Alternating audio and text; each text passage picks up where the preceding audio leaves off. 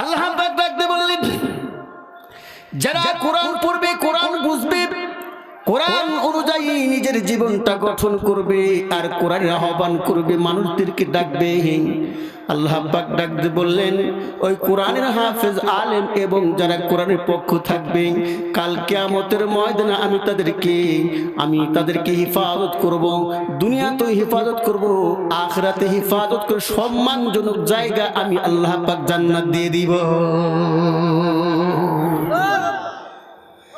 আসুক না যত বাদাম, যত জ্বর সাইক্লোন, রাসূলের পথে মোরা চলবই, এ জীবন বাজি রেখে দিনের নিশান মোরা বাংলার আকাশে উড়াবই। কথা বলেন ঠিক কিনা? আসুন আমার কথায় ফিরে যাই। শাহ আব্দুল আজিজ মুহাদ্দিস দেহলভী রহমাতুল্লাহি আলাইহি তিনি কি করলেন, শাহী জামি মসজিদ থেকে জুমার নামাজটা পড়িয়া তিনি তার হুজরাতে কামরাতে চলে গেলেন। আর এদিকে সকল মুসল্লি কত হাজার, 18,000 মুসল্লি কিন্তু নামাজ পড়ে কেবলমাত্র রাস্তায় বাড়িয়েছে।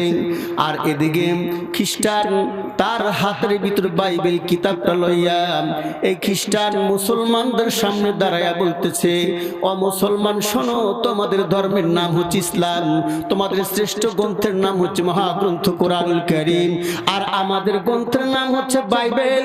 আমরা খ্রিস্টান ধর্মের মানুষ, সুতরাং আজকে তোমাদের সাথে কোনো মারামারি চলবে না, রক্তপাত খুন খারাপি হবে না, কোনো কিছু হবে না। কিন্তু আজকে তোমাদের মাঝে আমি একটু প্রস্তাব দিতে চাই। কি প্রস্তাব? যে আজকে একটু ধর্মটা যাচাই এবং বাছাই করব, কোনটা সঠিক আর কোনটা নকল,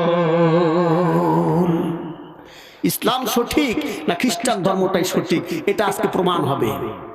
একটু বুঝবেন কথাগুলো।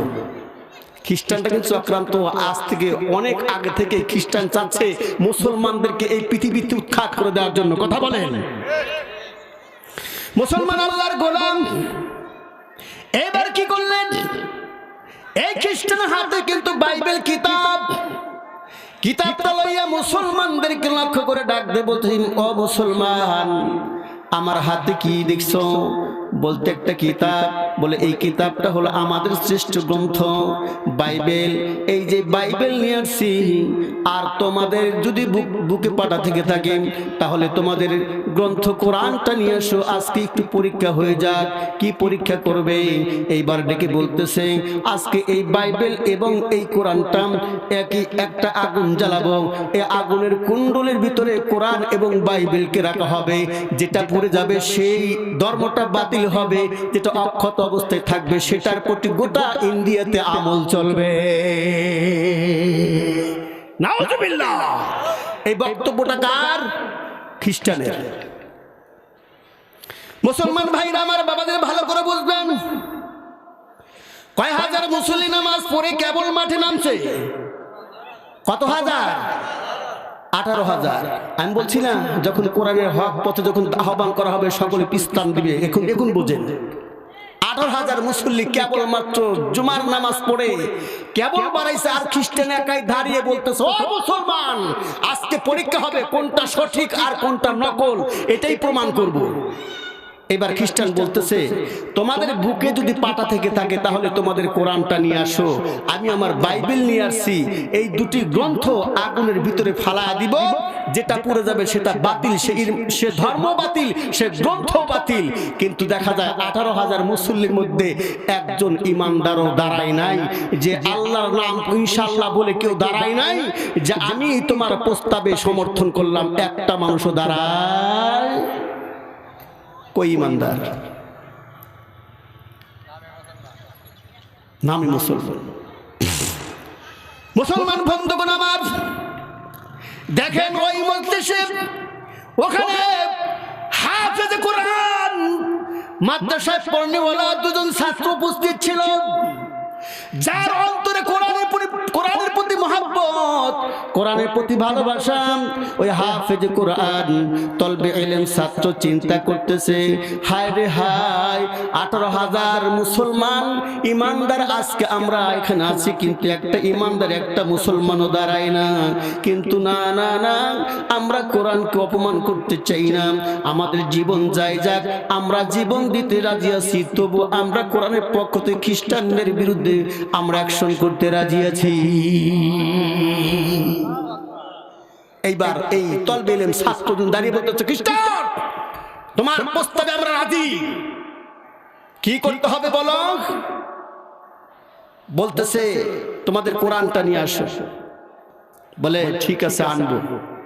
এখন মনে মনে চিন্তা করতেছে, কোরআনটা হচ্ছে দামি দামি কিতাব, আর এই কিতাবটাকে কেমনে রাখবো সেই পদ্ধতি তো আমাদের জানা নাই। সুতরাং আমাদের ওস্তাদের কাছে যাবো, ওস্তাদ যে কোয়ালিটি আমাদেরকে যে পদ্ধতি শিখিয়ে দিবে সেই পদ্ধতি মোতাবেক এই এই খ্রিস্টানের সামনে এসে আমাদের কোরআনটা আগুনের ভিতরে নিক্ষেপ করবো।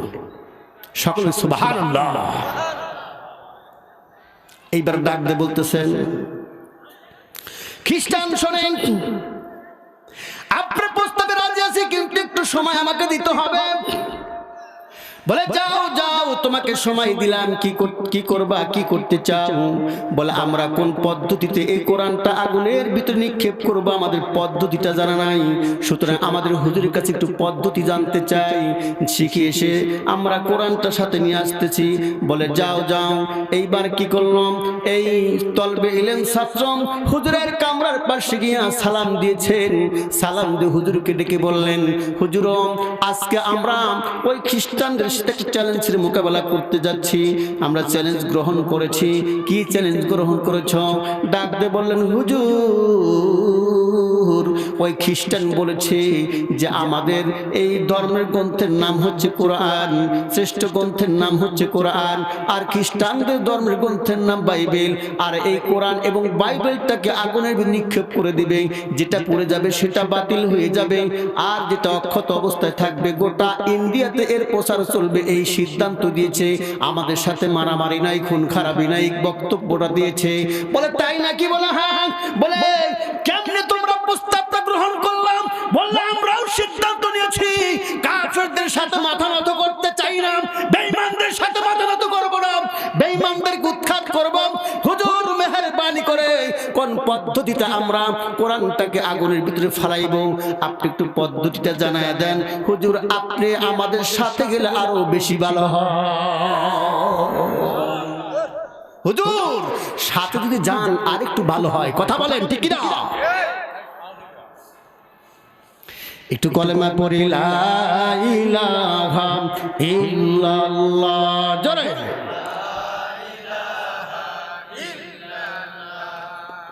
লা ইলাহা ইল্লাল্লাহ, লা